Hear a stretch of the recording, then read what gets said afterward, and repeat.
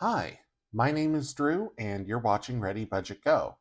If we haven't met before, welcome. I'm glad you found your way to my channel. And if this isn't your first visit, welcome back. It's good to see you again. This is the weekly reel where I recap my entire week of budgeting and I share my real numbers, my real triumphs, and my real mistakes. This week, it was another overspend, but I'm not worried. I'll tell you all about it and show you all the numbers coming up next.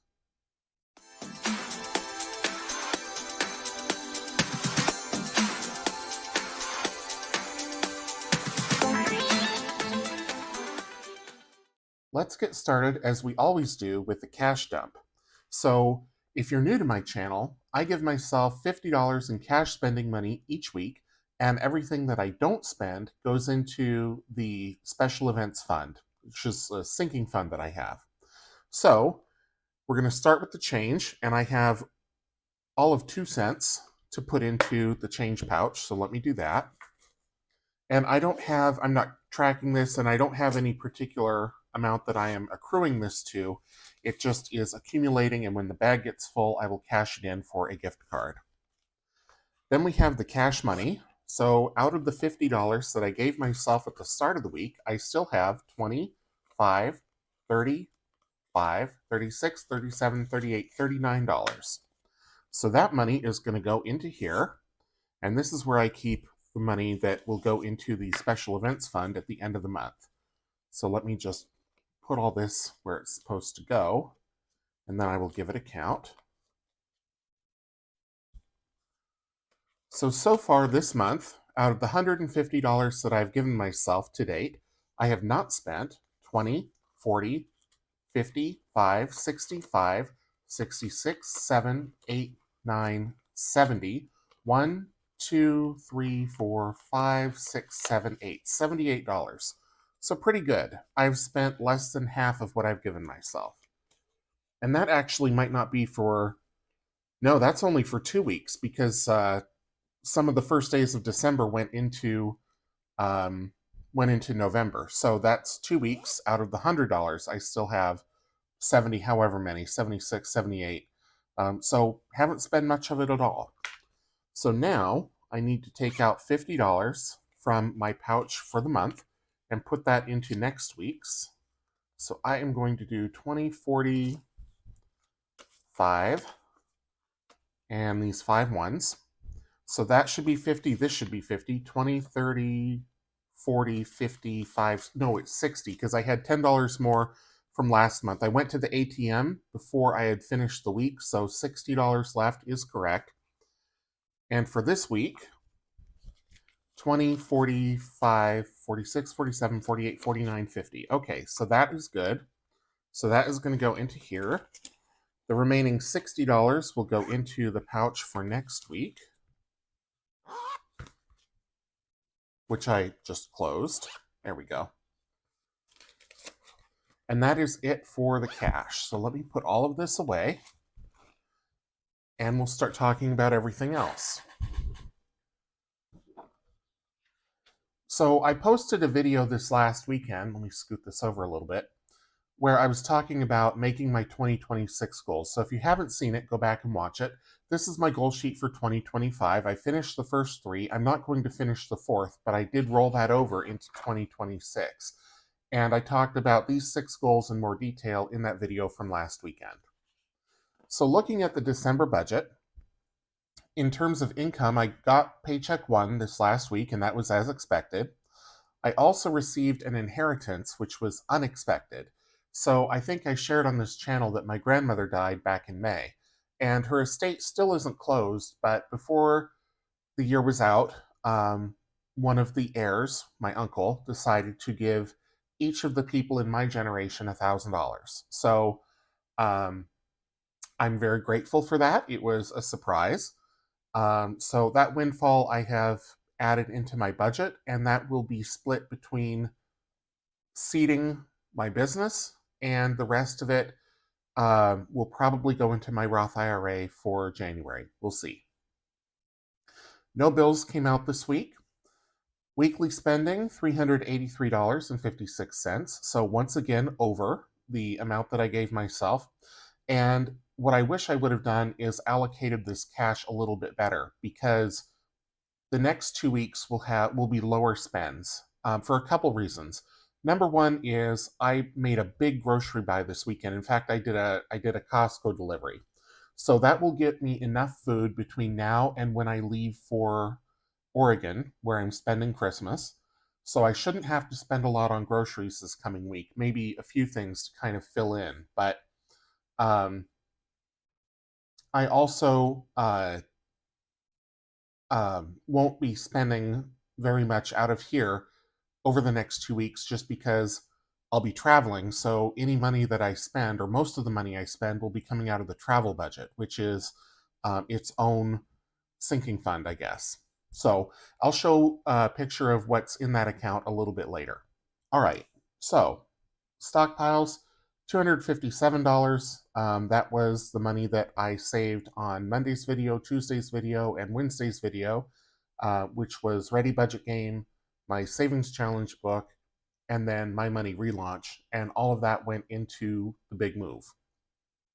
If you're new here, I have a goal of moving to another state in 2026, and I am putting money away to pay for relocation costs, because it's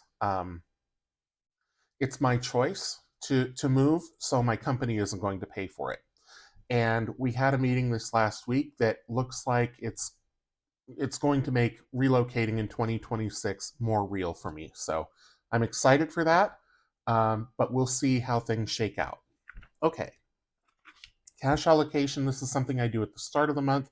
I tend only to refer back to it when I have questions about where I am putting the money that I'm setting aside, or how much I'm giving myself each week in terms of spending money. But don't really have any question on that this week, because I peanut buttered the wallet spending allocations, and all of the money for my Monday, Tuesday, Wednesday video is all going to the same place. So cash flow. This is more or less like a checking account register. So I record all of the inflows, which this week were paycheck one and the inheritance check, and then the outflows. So this week I had three credit card payments came out, and that was it. Expenses. So this is where things get expensive.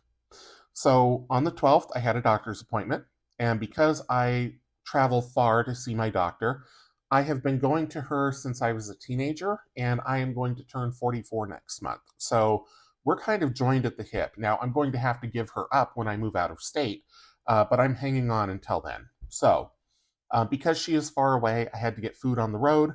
So I went to 7-Eleven just for some water, and I must have bought something else because it was $8, and I can't imagine spending $8 on a bottle of water.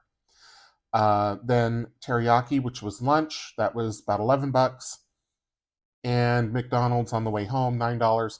Also on the way home, I stopped at Dollar Tree and I picked up some gift wrap and bows and tape and all of the things that you need to wrap Christmas presents, and that was about $30. That night, I got DoorDash for another $30.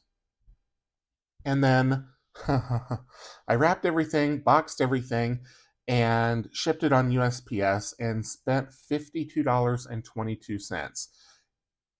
I'll give you a minute to guess how many boxes I was able to ship for $52. The answer is three. Three people, $52. The cost of shipping anymore is just ridiculous. The next day, DoorDash again, $21.78. Costco, this was that big shop, $171.66. And then weekly cash, $50. So I didn't spend anything between the 13th and the 18th.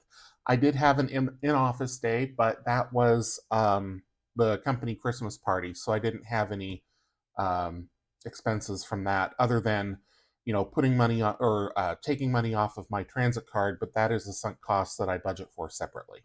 Okay, so all of that totaled up to the $388 that I had on the main budget sheet.